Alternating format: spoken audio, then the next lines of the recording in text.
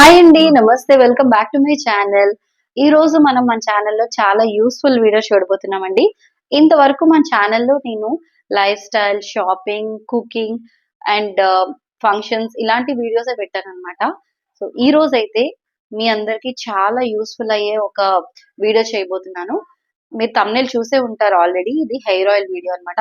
ఈ hair oil అయితే ఇప్పుడేదో నేను కొత్తగా చేసిందైతే కాదు. నేను రెగ్యులర్‌గా మా ఇంట్లో ఎప్పుడు చేస్తాను.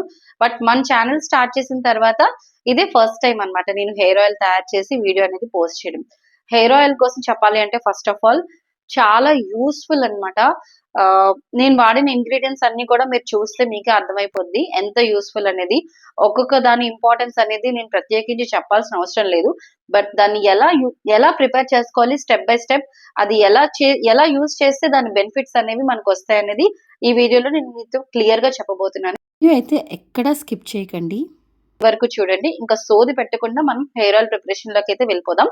నేను ప్రిపేర్ చేస్తూ ఇంకా ఫర్దర్‌గా దీనికోసం అయితే నేను మాట్లాడతాను. ఫస్ట్ అయితే మనం ఫ్రెష్ ఆమ్లా తీసుకోవాలండి. ఫ్రెష్ ఆమ్లా ఒక పావు కిలో వరకు తీసుకొని ఇలా అప్పటికప్పుడే దంచేసుకుంటే మనకి ఇలా దంచుకుంటే ఏమవుతుందంటే సీడ్ అనేది ఈజీగా సెపరేట్ అయిపోతుందనమాట. సో నేను పావు కిలో ఆమ్లాలు ఇలా దంచి రెడీగా పెట్టేసుకున్నాను. ఇప్పుడు లోతుగా బేస్ అనేది హెవీగా అంటే మందంగా బాటమ్ ఉంటుంది కదా, అలాంటి ఒక ఐరన్ కడాయిని తీసుకోవాలండి. నేను ప్రత్యేకించి హెయిర్ ఆయిల్ ప్రిపరేషన్ కోసమే ఈ కడాయిని అయితే యూస్ చేస్తాను అనమాట. దీన్ని హీట్ చేసుకొని మనం అందులో 500 ml ఆఫ్ కోకోనట్ ఆయిల్ వేసుకోవాలి. కొబ్బరి నూనె కోల్డ్ ప్రెస్డ్ కొబ్బరి నూనె తీసుకున్నానండి. ఈ కొబ్బరి నూనెలో ఏంటంటే విటమిన్ ఈ అనేది చాలా ఎక్కువ ఉంటుందన్నమాట. మన హెయిర్కి మంచి నరిష్మెంట్ని అయితే ఇస్తుంది. ఇప్పుడు ఇందులోనే మనం ఉసిరికాయలు వేసేస్తున్నాం అనమాట.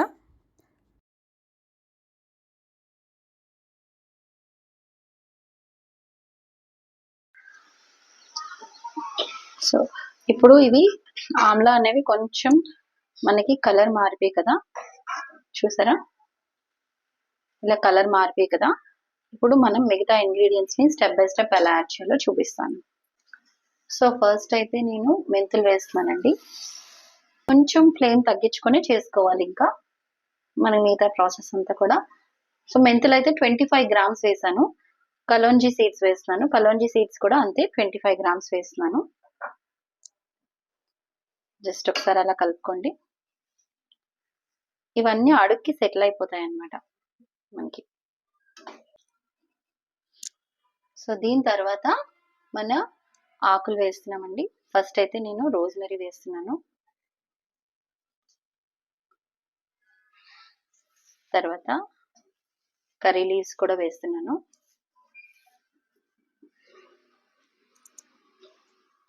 సో, వీటిని వేసేటప్పుడు మాత్రం ఖచ్చితంగా లో ఫ్లేమ్‌లో ఉండేలాగే చూసుకోండి. ఎందుకంటే ఇవి పట్ పట్ పట్ కరివేపాకు వేస్తే ఎలా చిటపటలాడుతుంది కదా!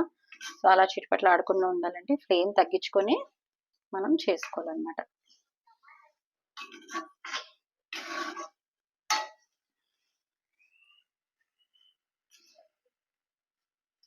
ఇదంతా కొబ్బరి నూనెతోనే చేస్తున్నానండి. నేను చూపించిన మిగతా ఆయిల్స్ అయితే ఇంకా దీంట్లో మనం యాడ్ చేయలేదు.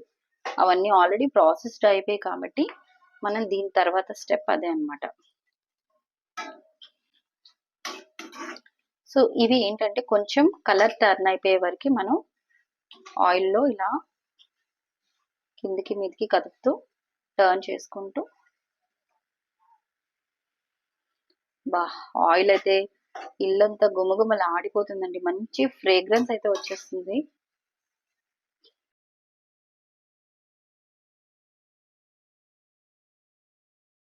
చూసారు కదండి, ఒక 10-15 మినిట్స్ తర్వాత మనకు ఆయిల్ అనేది ఇట్లా ప్రిపేర్ అయిపోయిందనమాట.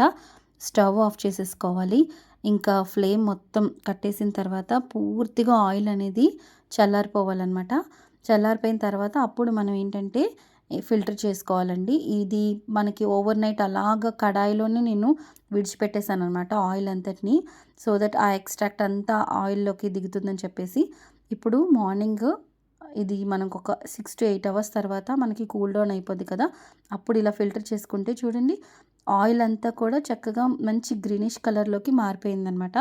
ఇప్పుడు మనం ఏం చేయాలంటే మీకు నేను మిగతా ప్రాసెస్ చెప్తానన్నాను కదా!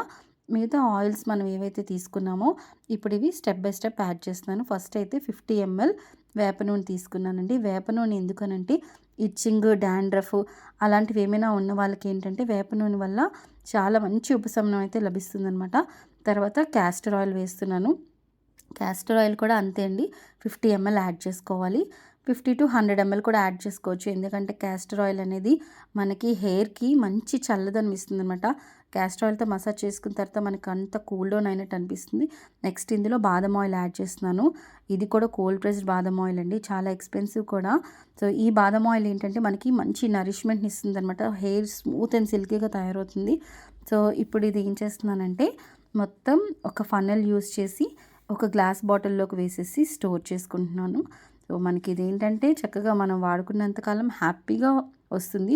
నేను ఎందుకు ఈ హెయిర్ ఆయిల్ ప్రిపేర్ చేసేటప్పుడే ఆయిల్స్ వేయలేదనంటే, అవన్నీ ప్రాసెస్డ్ ఆయిల్స్ కదా! వేడి చేస్తే ఏంటంటే వాటిలో ఉన్న సుగుణాలన్నీ పోతాయన్నమాట. చల్లారిన తర్వాతే మనం ఇలా యాడ్ చేసుకోవాలి. సో, ఇదండి హెయిర్ ఆయిల్ ప్రిపరేషన్. చాలా చాలా యూస్‌ఫుల్ వీడియో అనమాట. మీకు వీలైనంత వరకు షేర్ చేయండి, లైక్ చేయండి. మీరు ఇంతవరకు సబ్స్క్రైబ్ చేసుకోకపోతే మాత్రం తప్పకుండా సబ్స్క్రైబ్ చేసుకోండి. So, thank you so much for watching this video. Bye అండి.